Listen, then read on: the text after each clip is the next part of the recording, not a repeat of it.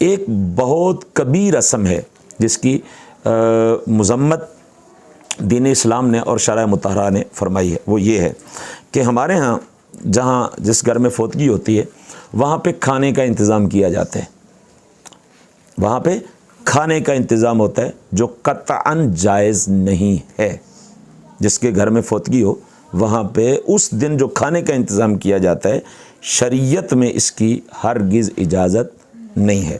سب سے پہلی بات تو یہ ہے، پہلا منظر یہ ہوتا ہے کہ جن کے ہاں فوتگی ہوئی ہے وہی اپنے گھر میں کھانے کا انتظام کرتے ہیں، اور اکثر لوگوں کو میں نے دیکھا ہے کہ وہ یہ بات فخریہ بعد میں بتاتے پھرتے ہیں، جی وہ فلاں نے کہا تھا ہم کھانا لاتے ہیں تو ہم نے ان کو منع کر دیا، نہیں جی ساڈا پیو سی ساڈی ماں سی اسی یہ کام کرنا جی، فلاں نے کہا۔ پہلا مرحلہ یہ ہے۔ تو یہ رسم بھی جو ہے وہ ہندوؤں اور سکھوں کے ہاں رائج تھی اور آج بھی رائج ہے کہ جن کے گھر فوتگی ہو جائے تو وہاں پہ کھانے کا انتظام کریں۔ چونکہ کھانے کا انتظام دعوت ہے اور دعوت کا تعلق غمی سے نہیں بلکہ خوشی سے ہے، اور یہاں پر غمی ہے اس لیے اس دعوت کی ہرگز اجازت نہیں دی جا سکتی۔ دوسری رسم یہ ہے کہ اگر کوئی خود نہیں کرتا تو پھر ہمارے یہاں پہ جہاں پہ میں بات کر رہا ہوں ظفروال میں، اور یہ جہاں جہاں میرا زیادہ آنا جانا ہے، سیالکوٹ میں، ادھر ناروال ایریاز میں، لاہور سے ادھر جتنی جگہ پہ زیادہ میں آتا جاتا ہوں، وہاں پہ ہے کہ جی اگر کوئی بزرگ فوت ہو جاتا ہے یا کوئی بڑھیا عورت فوت ہو جاتی ہے تو اس کی جو بہویں ہیں گھر میں ان کے گھر والے کھانا لاتے ہیں۔ اگر ایک ہے تو وہ سارے کا سارا بوجھ اس ایک پہ پڑتا ہے، ان کے گھر والوں پہ پڑتا ہے، اور اگر 2 4 5 ہیں تو پھر وہ ڈیوائیڈ کرتے ہیں، تقسیم کرتے ہیں، جی 10 دیگیں لگیں گی، لہٰذا جی 5 بہویں ہیں، لہٰذا جی 2 دیگیں سارے کے سارے وہ خرچ کر لیں، ایک جگہ پہ پک جائے اور سب گھر جو ہے وہ مل کر کے اس کے خرچے کو افورڈ کریں۔ یہ بھی ہندوؤں کی چھوڑی ہوئی رسم ہے، اس کا بھی مسلمانوں سے کوئی تعلق نہیں ہے، یہ بھی ہندوؤں کی چھوڑی ہوئی رسم ہے۔ بھئی انتقال ہوا ہے اگر کسی مرد کا تو کسی بزرگ کا یا کسی بڑھیا عورت کا، تو اس میں ان کی بہوؤں کا کیا قصور ہے، اور پھر بہوؤں کے گھر والوں کا کیا قصور ہے کہ اگر ان کے گھر میں خود فاقے ہیں، وہ بیچارے مزدور ہیں اور وہ primary class middle class family سے تعلق رکھتے ہیں، ان کے پاس اتنا سرمایہ ہی نہیں ہے کہ وہ اتنا وسیع انتظام کر سکیں، تو ان پر یہ بوجھ ڈال دینا اس کی شریعت اجازت نہیں دیتی، کیونکہ خود اللہ تبارک و تعالیٰ کا مقدس قرآن خود خدائے بزرگ و برتر اپنے بارے میں فرماتا ہے کہ لا یکلف اللہ نفسا الا وسعہا، کہ ہم وہ بوجھ تم پہ ڈالتے نہیں جو تم برداشت نہ کر سکے۔ یہی وجہ ہے کہ جو کھڑے ہو کے نماز نہیں پڑھ سکتا، قیام فرض ہے مگر اس کے لیے یہ فرض ساقط ہو جاتا ہے، وہ بیٹھ کے پڑھ لے۔ جو بیٹھ کے نہیں پڑھ سکتا وہ ٹیک لگا کے پڑھ لے، جو ٹیک لگا کے نہیں پڑھ سکتا وہ لیٹ کے پڑھ لے۔ تو جب ایک بندے کے بدن میں یہ سکت نہ رہی کہ وہ سیدھا کھڑا ہو سکے تو یہ فرض ساقط ہو گیا، تو جس بندے کے پاس یہ سکت ہی نہیں ہے کہ وہ بیچارہ کسی کے لیے کھانے کا انتظام کرے، تو اس پر یہ بوجھ ڈال دینا سراسر ظلم اور زیادتی ہے، اور اس کی شریعت ہرگز اجازت نہیں دیتی۔ اچھا، اس کے بارے میں صرف یہی نہیں ہے کہ صرف فقہاء کی رائے ہے، بلکہ میرے سامنے یہاں پہ حدیث شریف کی مشہور ترین کتاب ہے اور معجم کبیر،